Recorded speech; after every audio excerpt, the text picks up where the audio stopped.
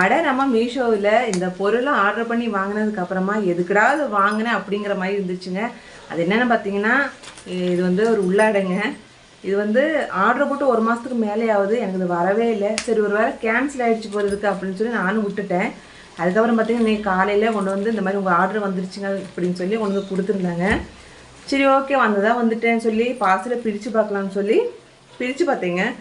பார்த்தா வந்த பீஸு எல்லாமே 4 பீஸ் இருந்துச்சுங்க.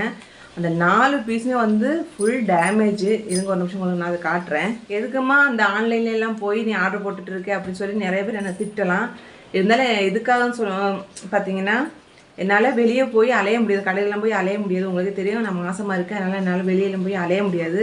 சரி இந்த மாதிரி சின்ன சின்ன பொருள் மட்டும்தான் நான் ஆர்டர் பண்ணுவேன், பெருசால நான் ஆர்டர் போட மாட்டேன். அதே மாதிரி கம்மி ரேட்டாக இருந்தால் மட்டும்தான் நான் வாங்குவேன். இது வரைக்கும் வாங்கின பொருள் எல்லாமே நல்லா தான் இருந்துச்சு, அதனால நம்பி நான் அதை ஆர்டர் போட்டிருந்தேன். அது மட்டும் இல்லாமல் நான் எப்போதுமே அதில் வந்து ரேட்டிங் பார்ப்பேன், எத்தனை ஸ்டார் கொடுத்துருக்காங்க அப்படின்னு பார்ப்பேன், எத்தனை பேர் வாங்கியிருக்காங்கன்னு பார்ப்பேன், அதில் இருக்க கமெண்ட்ஸ் எல்லாமே பார்த்து நான் வாங்குவேன்.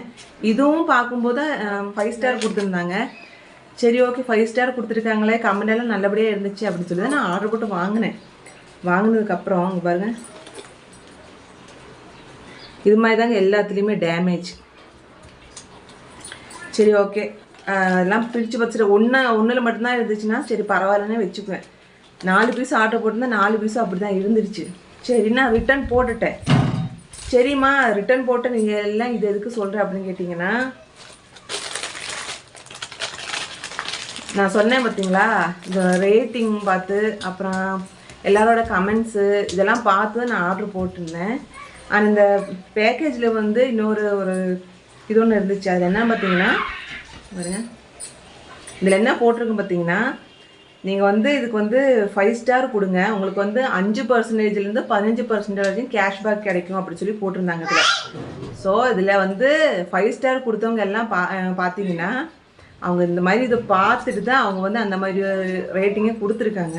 அப்போ இதுலேருந்தே தெரிஞ்சுக்கோங்க அவங்க எப்படி ஏமாற்றி மக்களை ஏமாற்றி அந்த ரேட்டுங்க எப்படி கொடுக்க வச்சுருக்காங்க அப்படின்னு நீங்களே பார்த்து. அப்படி இதில் என்ன போட்டிருக்கு பார்த்தீங்கன்னா, நீங்கள் வந்து இந்த ப்ராடக்ட் வந்து லைக் பண்ணிவிட்டு 5 ஸ்டார் கொடுங்க, கொடுத்துட்டு இது வந்து இந்த ப்ராடக்ட்டை பற்றி கமெண்ட் போடுங்க.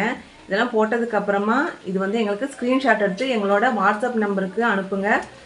அதுக்கப்புறம் உங்களோட ஃபோன்பே இல்லைன்னா பேடிஎம் இது ஏதாவது ஒரு நம்பர் அனுப்புங்க, உங்களுக்கு வந்து ஜிபேயில் வந்து நாங்கள் அமௌண்ட் அனுப்புவோம் அப்படின்னு சொல்லி போட்டிருக்காங்க. என்ன ஒரு பித்தலாட்டம் பாருங்க. இப்படி தாங்க இந்த மாதிரி தரமே இல்லாத ஒரு பொருளை வந்து இப்படி தான் இது பண்ணுறாங்கன்னு நினைக்கிறேன். ஏன்னா இது வந்து துணி வந்து குவாலிட்டியே இல்லைங்க. ஒரு வாட்டி போட்டுருச்சாலே ஃபுல்லாக எல்லாம் அக்கக்கா பிரிஞ்சு வந்துடும் போகிறதுக்கு. அந்த மாதிரி ஒரு ப்ராடக்டை கொடுத்துப்புட்டு இந்த மாதிரி 5 ரேட்டிங் கொடுங்கனாக்கா. ஆனால் நான் வந்து ஒரு ஸ்டார் கூட நான் கொடுக்கல. நான் வந்து அப்படியே அதோட டேமேஜ் வந்து ஃபோட்டோ எடுத்துகிட்டு அவங்களுக்கு அனுப்பி விட்டுட்டேன். இந்த மாதிரி டேமேஜ் இருக்குது, எனக்கு தேவையில்லை, ப்ராடக்ட் நல்லா இல்லை அப்படின்னு சொல்லி அவங்களுக்கு நான் அனுப்பி விட்டுட்டேன். அவங்க வந்து என்னோடய அமௌண்ட் வந்து எனக்கு வந்து சென்ட் பண்ணுறேன்னு சொல்லியிருக்காங்க. அது எப்போ சென்ட் பண்ணுறாங்கன்னு தெரியல. அரை மணி நேரத்தில் சென்ட் பண்ணுறேன்னு சொல்லியிருக்காங்க, இன்னும் சென்ட் பண்ணவே இல்லை எனக்கு. ஸோ இது எதுக்காக இந்த ஒரு வீடியோ பார்த்தீங்கன்னா, நம்ம வந்து இந்த மாதிரி ரேட்டிங் இதெல்லாம் பார்த்து தான் நம்ம ஒவ்வொரு பொருளும் வாங்குவோம். கண்டிப்பாக இந்த மாதிரி ரேட்டிங் கொடுக்கும்போது கொஞ்சம் யோசித்து வாங்குங்க. ஏன்னா அந்த ரேட்டிங்கை பார்த்து நான் இந்த ப்ராடக்ட்டை வந்து ஆர்டர் போட்டேன். இந்த மாதிரி நீங்களே யாரும் ஏமாந்துடாதீங்க. நல்ல வேலை ரிட்டன் போடலாம், அதனால் எந்த பிரச்சனையும் இல்லை நமக்கு. அது மட்டும் இல்லை, இது நிறைய பேர் வாங்கியிருக்காங்க. நிறைய பேர் வாங்கி எல்லாருமே 5 ஸ்டார் இப்படி தான் கொடுத்துருக்காங்க. எதை வச்சு இப்படி கொடுத்தாங்கன்னு எனக்கு தெரியல. நம்ம மக்களை பொறுத்த வரைக்கும் அது நல்லா இருக்கும் நல்லா இல்லையெல்லாம் பார்க்குறது கிடையாதுங்க. நமக்கு கொஞ்சம் காசு கிடைக்குது அப்படின்னாலே நல்லா இல்லாத பொருள் கூட நல்லா இருக்குன்னு சொல்லி கமெண்ட் பண்ணி விட்டுறாங்க. அது மற்றவங்களும் பார்த்து ஏமாறுறாங்க. இது மாதிரி யாரும் ஏமாந்துடாதீங்க. அதுக்காக இந்த வீடியோ. என்ன மாதிரி நீங்கள் யாராச்சும் இந்த மாதிரி ஏமாந்துருக்குன்னா மறக்காமல் கமெண்ட் பண்ணுங்கள். இது அவ்வளோ பெரிய விஷயம்லாம் கிடையாது, அவ்வளோ பெரிய வீடியோலாம் கிடையாது. இருந்தாலும் எனக்கு நான் எப்போதுமே இந்த ரேட்டிங் இதெல்லாம் பார்த்து வாங்குவேன். அந்த ஒரு விஷயத்தில் நான் ஏமாந்துட்டேன். இது மாதிரி உங்களுக்கு யாராச்சும் அனுபவம் இருக்குன்னா அதை மறக்காமல். நான் வந்து மீஷோவில் வந்து நிறைய பொருள் வந்து ஆர்டர் பண்ணியிருக்கேங்க. அதெல்லாம் சூப்பராக இருக்கும், ரேட்டும் கம்மியாக இருக்கும், குவாலிட்டியும் சூப்பராக இருக்குங்க. ஆனால் ஒரு சில கம்பெனிக்காரங்க வந்து இந்த மாதிரி ஏமாற்ற வேலை பண்ணுறாங்க. ஸோ உங்களுக்கு இது மாதிரி ஏதாச்சும் நடந்துருங்கன்னா மறக்காமல் கமெண்ட் பண்ணுங்கள். நான் வந்து எல்லாரையுமே குறை சொல்ல மாட்டேன். ஒரு சில பேர் எதுக்கு இப்படி மக்களை ஏமாத்துறாங்கன்னு தெரியல.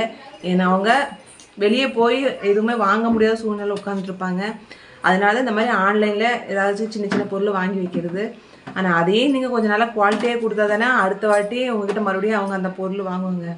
யாராக இருந்தால் இனிமேல் இந்த மாதிரி பண்ணாதீங்க. உங்கள் யாருக்காச்சும் இந்த மாதிரி அனுபவம் இருந்தால் மறக்காமல் கமெண்ட் பண்ணுங்கள் ஃப்ரெண்ட்ஸ்.